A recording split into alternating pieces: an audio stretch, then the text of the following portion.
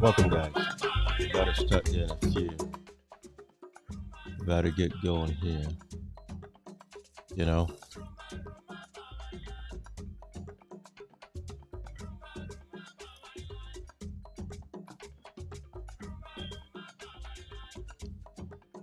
All right, guys. Welcome, by the way, everybody. Welcome. Guys. I came by this documentary. Um, DW, Deutsche Welle. This German. Uh, they have a YouTube channel. Of course, Deutsche Welle is like a big TV producer. In Germany, they have radio stations. They have a YouTube channel, and they do all kinds of documentary. So that is what I want to share with you, but particularly so the story of Sierra Leoneans. A couple where find themselves, fleeing persecution from Sierra Leone. And the reason why I want to point this out is because, guys, we have to show the world these things, especially now that we all know Sierra Leone had an elections last year, June 24th, 2023. Until this day, we don't have a result for that elections. The opposition is in bed with the illegal ruling government at this time because a segment of the executive of the opposition party, they've said that they know they won the elections, but they're going to move on and wait for the next elections. They don't want the victory of these elections. But fortunately for Sierra Leoneans today, we have Dr. Samora Kamara, who is the flag bearer, who was the flag bearer and still the flag bearer of the APC party, who has stood up and said, no, we are not going to allow this, and we're going to ensure that democracy is protected in Sierra Leone, and that when people vote, their votes should count. So let me give you what I'm. Let me show you the video that I really want to let you guys see what I'm talking about here, so we all be on the same page. I want you guys to see this. This is Sierra Leoneans telling their story. Siaka and Ada Stephen Tarawali are among the survivors. Their journey to find refuge began in the summer of 2022. Back home in Sierra Leone, they'd taken part in major demonstrations criticizing the government, corruption, rising food prices, and police brutality. When we protest, they say we'll take the law in our hands. So they started killing many people, even some of my friends. Our life was at risk, so we decided to leave. They fled first via Guinea to Mali and then Algeria, eventually arriving in the Tunisian port city of Sfax. Siaka found work as a day laborer, while Ada begged on the streets, a life at the bottom of society. In a country ruled by this man. President Kais Saied came into power in 2019. I'm going to show you more, guys, right? They explain their story as we go. But I want you to understand that it's terrible. And this is what I want Sierra Leoneans to understand from this. I talk Creole small. We have what it takes to take over our countries. We get what it take. For let we take, we can't get them from bad and wicked politicians. Because the reason why I say this is this. The amount of courage, strength, resilience that our brothers and sisters have shown, for letting take then kind of a venture here to step outside and take these big risks in their life to venture and go into other countries where they know death is part of the play. That courage, that strength we didn't get. I can only imagine if Sierra Leoneans then come up and sum up the courage as young people say, you know what? This strength will get away. We're going to use it instead of us running away from our country, taking these big risks where we might die or we might survive. In their case, they survived and made it to Germany. But you're about to listen to some of the ordeals that they went through. So Sierra Leoneans, we have what it takes to take over our countries from wicked politicians if it gets to that. That is the point that I want to make to you guys. Instead of taking these dangerous and risky ventures. Because even before I play this, I want you guys to see from the start of this documentary what was happening. I want you guys to see this. Check this out. It is disgusting Listen to this. I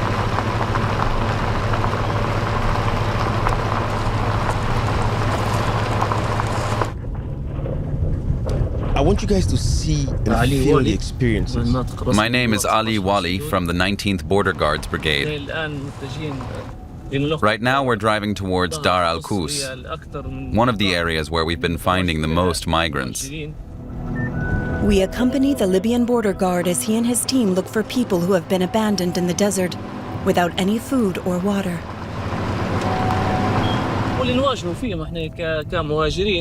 The migrants we find here are a very mixed group. They include women and children too. Some of the children we find are babies, just 2 or 3 months old, and they're in a terrible state. Calling Unit 90, come in. Go ahead.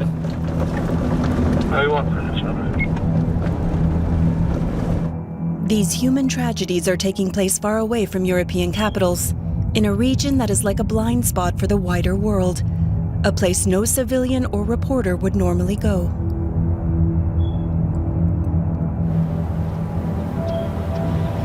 During a stop, Ali Wali shows us videos on his phone illustrating what he's told us and what he and his unit have been witnessing out here. As you can see in the video, there's a group of migrants there, including women, who arrived from a neighboring region or country. The only neighboring country here being Tunisia.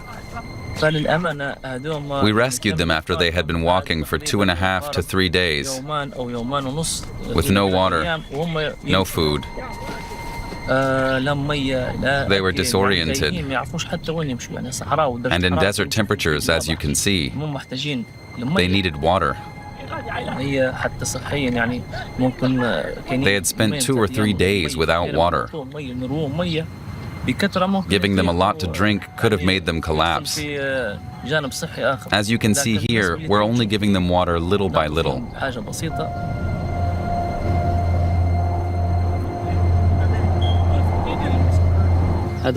This is a small child with its mother. They'd probably been lying there for 2 or 3 days. The fluid you see is due to decomposition. It was 50 degrees there. We brought the field medical unit so we don't leave any dead bodies behind. The desert is full of wild. It was 50 degrees there. I want you guys to see that. That's a mother and a baby laying dead in the desert. I wanted to give you this so you can see where the documentary started, so you understand what I'm talking about. But it happens that these guys are Sierra Leoneans, some, the ones that I just showed you earlier on. If you were with me when I started the live, if you just joined me, don't worry, I'll show you again so you'll see what I'm talking about. But now, Uman and Pikinda one day so in the desert, they don't dead. So I asked myself, Africa, why? And I asked the African people why. If you're willing to take these sacrifices to the point where you'll sacrifice your kids, because this lady knew what she was getting into. She knew that she could die. She knew that a baby could die. So I'm saying to African people, instead of taking this journey to find greener pasture, you could use this courage, this strength, this vigor, this vitality that you have to take over your countries, man. Take it back from corrupt leaders. I'd rather die in my own country than die like this. You are better off dying in your own country for something that you believe in than dying outside somewhere else in some foreign land like this. And I want this image to haunt you if you're watching this, you're an African, and I want you to see this. The African leaders as well as the people of Africa. Because there is no reason why a lot of us from Africa should be going through deserts, going through the Mediterranean Sea just to make it to Europe. There's no reason. There is no justification with all the resources and the reach, the mineral resources that we have, the strength, the human capital that we have and everything. If we combine those together, no African should be going through deserts, going through the Mediterranean Sea just to get to Europe, forced slavery, because this is not the white people coming, to buy us from Africa anymore. This is us forcing ourselves into slavery, going into these conditions. Look at this woman and a baby dead in the desert. And that is why I say to African people, take your countries back. You're better off dying in your country, wherever you're from in Africa. You're better off dying there for something that you believe in and standing up than dying in the desert somewhere. No proper funeral, no dignity. Nobody's going to hail you as a hero or nothing. You're just another body. Why would you take such a risk? That is the question I have for my brothers and sisters. You'll say it's easy, my man. Probably you're in America. Yes, I'm in America. I didn't come here through the desert of the Mediterranean Sea. I came here legally by plane through New York all the way to Baltimore. And I'm here now. I would not have taken such a venture under no circumstances, because I know me, no matter how tough things were where I'm from in Sierra Leone. But I wanted to show you these Sierra Leoneans as they explain their own situation so you guys would see that we're all affected by this. So listen to this story again, and I'm going to get you into it as we go so you guys can see exactly what I'm talking about. But listen to this story again.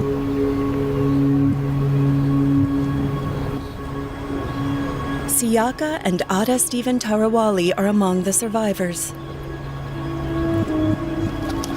Their journey to find refuge began in the summer of 2022. Back home in Sierra Leone, they'd taken part in major demonstrations criticizing the government, corruption, rising food prices, and police brutality.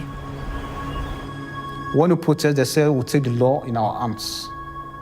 So they started killing many people, even some of my friends. Our life was at risk, so we decided to leave. They fled first via Guinea to Mali and then Algeria, eventually arriving in the Tunisian port city of Sfax. Siaka found work as a day laborer, while Ada begged on the streets. Think about that. So the guy, Siaka, found work as a day laborer, but the lady had to be begging in the streets. So I say again to my Sierra Leonean brothers and sisters, you're watching this probably. Why don't you stay back home in Sierra Leone to fight to save your country as opposed to taking such a venture? Yes, they succeeded. They made it to Germany, but they could have died in Tunisia. So why do you want to gamble your life as opposed to staying back home and standing up to defend and protect that democracy? Come together as a people. I know it's hard because you don't have leaders that are willing to stand with you. And that is the difference with Liberia, Guinea, Senegal, and all these other countries, because in Sierra Leone, we have no opposition today. The opposition are actually calling the police for their own supporters because they want to stand up in the defense of democracy. So I want the world to understand that in Sierra Leone, there's no democracy anymore. The illegal ruling government currently, who did not win in elections, of course, they violate the rights of the people. And then the opposition joined hands with the illegal ruling government right now in Sierra Leone to violate the civil, and the political rights of the people. But yet we have the American ambassadors and all these other international organizations, which I'm going to stop calling them because we don't need them no more. We're beginning to understand that in Africa, we don't need these international partners because they're not there for us, the people. They're there for themselves. So the lady had to be begging in the streets in some foreign land. So I said to Sierra Leone and them, why do you want to put yourself in a situation like this? You're better off dying in your own country than taking such a very risky venture. You can say, Ibrahim, now we don't know. But let's continue to listen to their story. A life at the bottom of society. And you heard the lady where they do the documentary, how it described the lady in life? A life at the bottom of society. And I want to say big shout out to a brother, Tyson Conte, who does documentaries like these, top class documentaries like this for the BBC News Africa. Because it's no different than what Deutsche Welle is actually doing, DW. If you go on BBC and just type DW, you'll see this. You'll find the whole documentary so you can watch it and see it for yourself. But that is what we're dealing with, guys. And this is what I want to show you guys. So as we go here, you'll see they'll continue to explain their story and you will know the reason behind, what is actually happening and how they got to where they got. So let's continue to watch this story. Let's continue to watch this story. and very volatile environments. In July 2023, a Tunisian man was fatally stabbed in an altercation between residents and migrants, leading to an explosion of violence against black people. So they come, broke the door. Bang, bang, bang. I thought that's something like armed robbers. So when I go in the balcony, I watch, I see there were a lot of stick, cutlass, knife. One guy bring a cutlass, so I want to come and have my wife, so I block him. So that's why I have injury here. So they attack us. For them to take our life, we decided to run away. But one night, with residents cheering them on, the police rounded up black people en masse, including Ada and Siaka. The two did not know what authorities were planning to do with them. So something like 4 o'clock, 4 to 5. So they bring a lot of bus. Every policeman have a gun, they will point gun at you for you to enter to the bus. TV cameras are rolling as the migrants are taken away. In the bus, there is a lot of policemen. They are in the bus. Even maybe you want to talk or you want to do a communication, they will stop you. Females are starting to cry, children are there is no food. Well, I was feeling bad because I was feeling that they are going to kill us.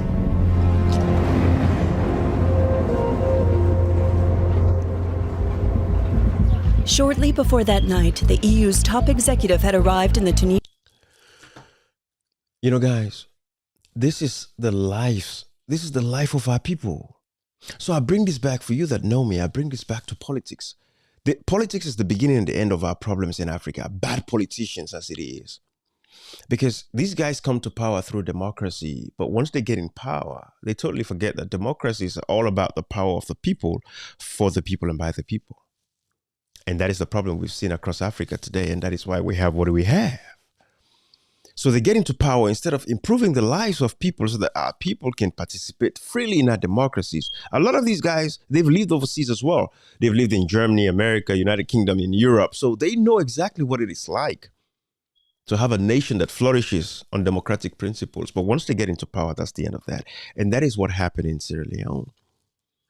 And that is the same situation that we see, with our brothers and sisters. Let's continue to listen to, their story here. So you would listen to them. Let's continue to listen. Just a few weeks after the meeting in Tunis, the bus carrying Ada, Siaka, and dozens of others arrived at its destination. They were now at the border between Tunisia and Libya, close to the Mediterranean coast. No drinking water for miles around. Siaka and Ada told us of how they were beaten as they were forced to get off the bus.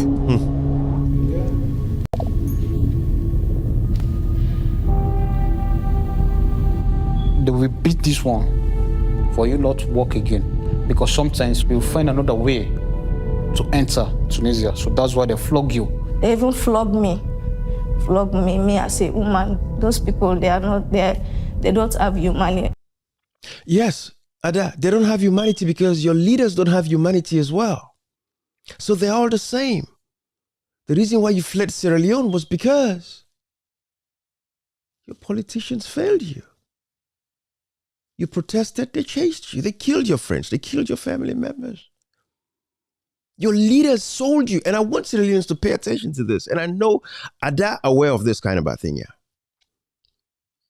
Our leaders sold us to these guys. That is why they got in Skituna. So that is why they continue to violate your human rights. That is why overseas today, across Europe and even in America now, we're going to see that.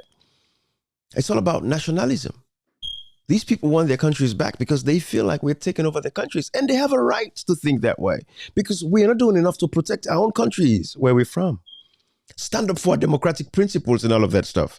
So that is why we're going through what we're going through today. And that is why Ada is in this situation. Yes, Ada, those people don't feel sorry for you because your leaders have no sympathy or empathy for your plight and situation.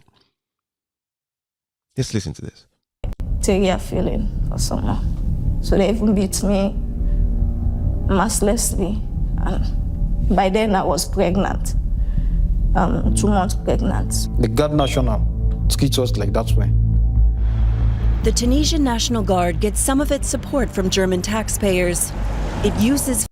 Let's go back. Again, my brother, your government back home in Sierra Leone, as Sierra Leoneans, we don't even care for ourselves. And that is the problem. So if we don't respect ourselves, how do we expect these people to respect us?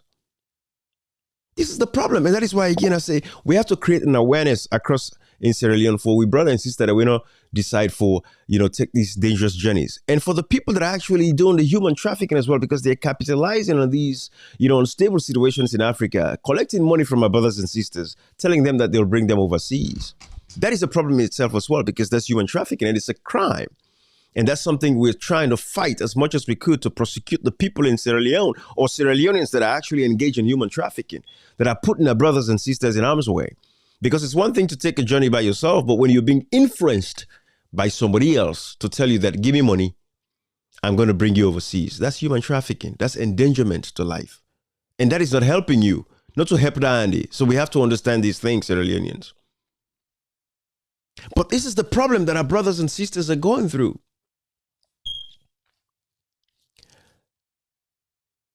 Let's listen to our brothers again, and my brother and sister. I want to listen to her. Let's continue the story. Even Tarawali lay defenseless and injured in the desert. At night, because the place is so cold. So I'm just thinking, I said, no, this place is not good. Yeah, I'm thinking that what will happen at in the morning or in the afternoon, because there is no shade.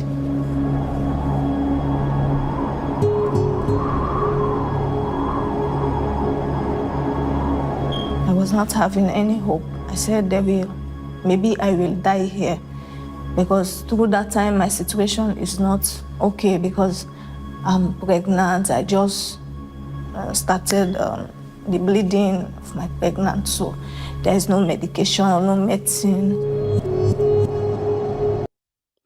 Tell me if anybody deserves to go through such as this lady is going through. Nobody deserves this. So I say again to us as Sierra Leoneans, what are we willing to do to ensure that we save our people from bad politicians? Because I wouldn't take this journey, and I wouldn't advise anybody for take this kind of a journey and this kind of a trip here. Look with sister, in a desert, giving up hope on life, bleeding. She was pregnant. She bled her baby out. No hospital. I got no more. Safe or live like I live, so they like a today and still they're alive. So Sierra Leoneans, these are the things that we should take into cognizance and say, enough is enough. Let's continue to listen to the story of that are desperate for some kind of help. We're seeing women and children. They want to feel safe. So when they come, decided making a video. I think shares the video, let the people see it. Yeah, we are beating us like merciless. Some of them, their food was broken. They've been here for 6 days, others for a little bit shorter, but we can see they're injured. If we don't broadcast that events, maybe we are dead. The distressing scenes were seen by viewers. So basically, what you just saw was the guy who actually saved their lives. So if not for that guy, they would have died in the desert. That documentary, the guy that came there and shot that video and shared, and then that's how they were found. Sierra Leoneans, I'm showing you these things. We have to stand up to save our democracy, because when the going gets tough, amidst all of everything that you're seeing right now, what you need to understand and what you need to remember is the fact that it boils down to bad politicians. Because the politicians that we have lack empathy. It's all about themselves. They don't think about the people that they are representing. They only think about themselves, and they think about their pocket and nothing else. And until we stand up to change that narrative in Sierra Leone and across Africa, nothing is going to happen. And this is the thing that we keep saying to our brothers and sisters in Africa. You are there in the continent. Mobilize yourselves, galvanize yourselves. You have a right to rebel against these kinds of governments that you have that are causing you this much pain and distress. It's one thing to be poor and miserable, but then at the same time, you have no rights to free speech. You cannot talk. You cannot even express yourself about how you feel, about what is actually happening to you, about the difficulties you're having. You can't even say anything about it without being ostracized, without them coming after your life to kill you. And then you have their supporters, the ones that are benefiting from these governments, that are chasing you, pointing you and saying, hey, you belong to the opposition, like they did in Sierra Leone around the time when this guy and his wife left Sierra Leone. So that is what is actually happening in Africa. And so therefore, Africans, we as a people, we Sierra Leoneans, we get a responsibility for ensure, say, we do what we have to do to protect ourselves. That is where we're going with this. And everybody has to understand this because we don't deserve this. For example, in Sierra Leone, we talk about this all the time. Myself, Cashbox, my brother, and Comrade Koita, who is in prison today because he went home to visit Sierra Leone, his country. All kinds of charges have been trumped up against him at this point. But we know this is a man that has been wanted for a very long time. Just because why? He's criticizing bad government, criticizing bad politicians. So in Sierra Leone, that's why you see these guys fleeing from Sierra Leone, which I would say Sierra Leoneans should not be fleeing from their country because everyone flees away from their country. Then we leave the country to these bad people. But again, we've been saying this. Myself, Cashbox, my brother who lives in the United Kingdom, we've been saying this, that in Sierra Leone, just the Tonkolili mines, we're not talking about mineral resources, gold, diamond, bauxite, rutile. We're not talking about, the marine resources, the water. We're not talking about, today, fish in Sierra Leone is a luxury item where we are coasted by the Atlantic Ocean. Atlantic Ocean, where our people should have fish should be in abundance, so much to the point we should be. But anyways, we've been talking about this, and we said the Tonkolili mines alone, we have enough iron ore that should give us about $27 billion every year. We've been saying these things. $27 billion every year. Tell me why should every or any Sierra Leonean think about running through, going through the Sahara Desert, the Mediterranean Sea just to get to greener pasture in Europe? Why should any Sierra Leonean do it? There are other countries like Botswana where these people don't even travel because they have no reason to. Because everything in their country, they've been taken care of by their political leaders. It is the same with what is actually happening here. And this is why we say to Sierra Leoneans, it's about time we all come together and say enough is enough and force these guys out at all costs, at all means. It's about saving our decency. It's about saving our dignity. Because that is all we're asking for, simple dignity. That's all people want. Sierra Leoneans don't deserve the case of what's going right now with, my brother and my sister here that are being ostracized. I mean, look at these cases, man. Look at these cases. In the summer of 2023, a photo posted on X came to symbolize the terrible suffering and loss of life in the Tunisian desert. Look at this. In the Tunisian desert. And people gave a name to these ladies and this child. Tell me, Africa, what's wrong with us as Africans? What's wrong with us as Africans? Africa needs a massive revolution. If Africans think that Europeans or the international community is going to come to rescue Africa, you got it coming. It's a lie. It's not going to happen. It's the people. You have to stand up and do the barest to protect yourself. And in Sierra Leone, the reason why it's so tough today to hold the legal government accountable is because the opposition, I'm telling you, from the top rungs of the opposition, from like the APC, which is like the biggest opposition party in Sierra Leone, All People's Congress Party, from the chairman all the way through, all the members of his executive, they've all sided with the government against the people. So there is no leadership. Who's going to lead the people for the people to stand up to take back their country? It's not there. So it's so difficult for the people, even when they try to stand up. They are crushed because the leaders that should protect them are with the ruling government. So nothing is happening.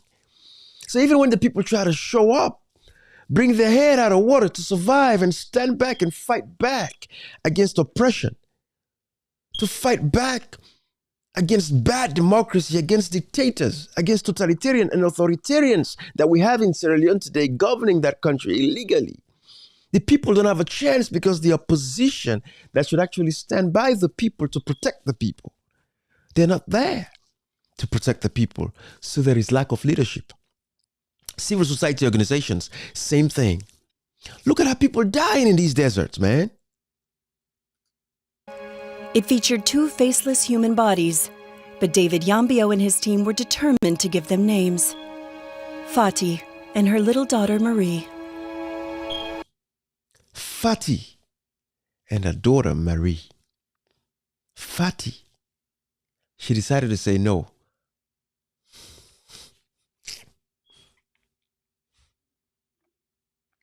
Fatih endangered the life of her daughter fleeing Africa. Fatih knew that this was a life or death situation.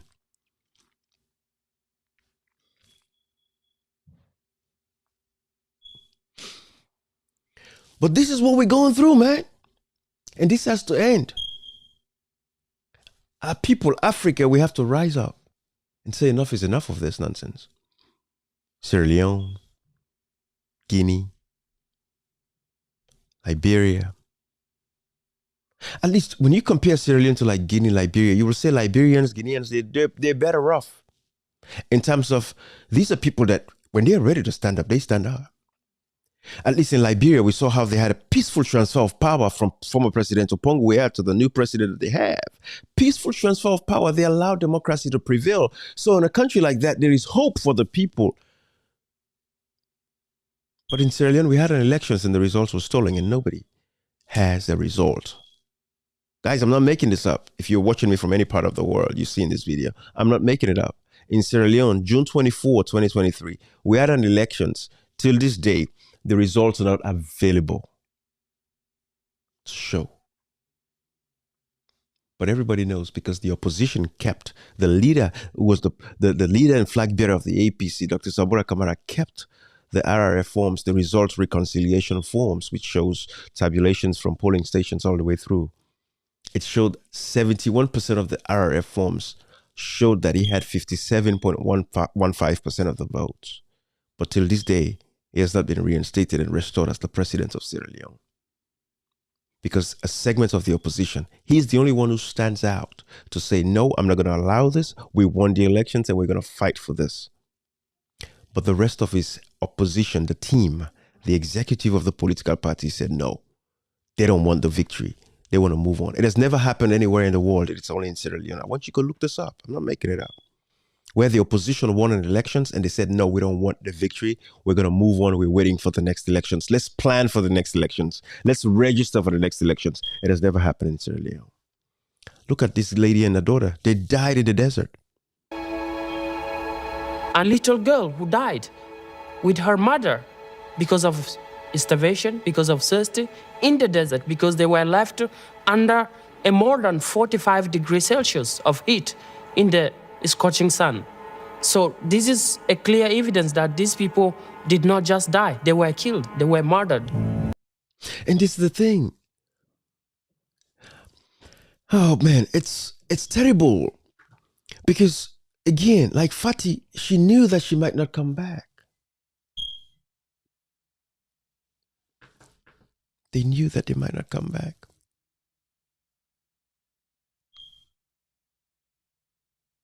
But they took the venture anyways. Listen to these stories. Listen to some of these stories. Thought they went east, always on the same road, for one day and one night. The bus then turned south. Having traveled almost 1,000 kilometers, Wow. it stopped at the border to Mali. They took us to a deserted place, left us in the wilderness. They left their car there and chased us away. I'd never set foot in Mali before, and we were scared because we'd heard about the war in Mali. Wow.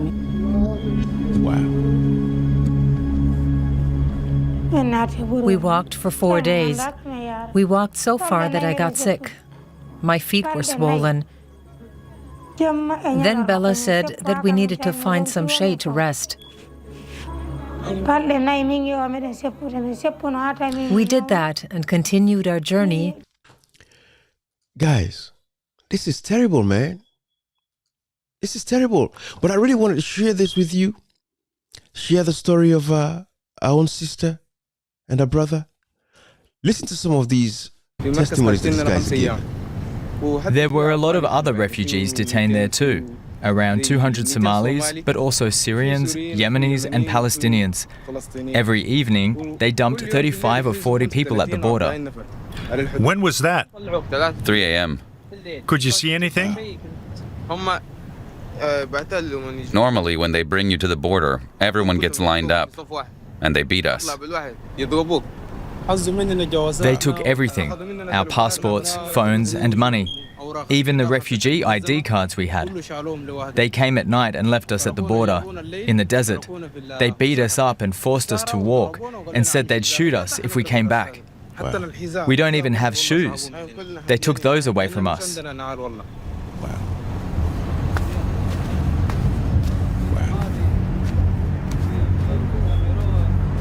Wow. What a shame, Africa. What a shame.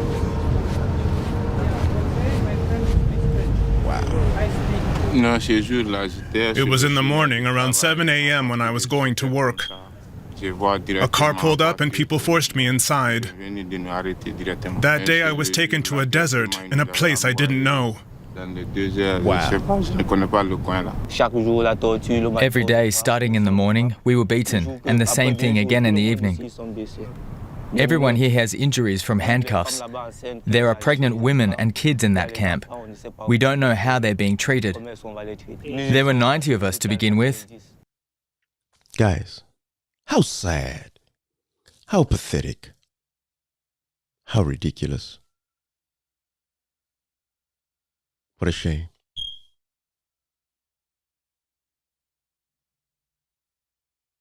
This is pathetic. You know, so I say to Sierra Leoneans, guys, let us do what we have to do to protect our democracy. You know, I don't intend to make this too long, guys. I want to appreciate you that joined me to watch this.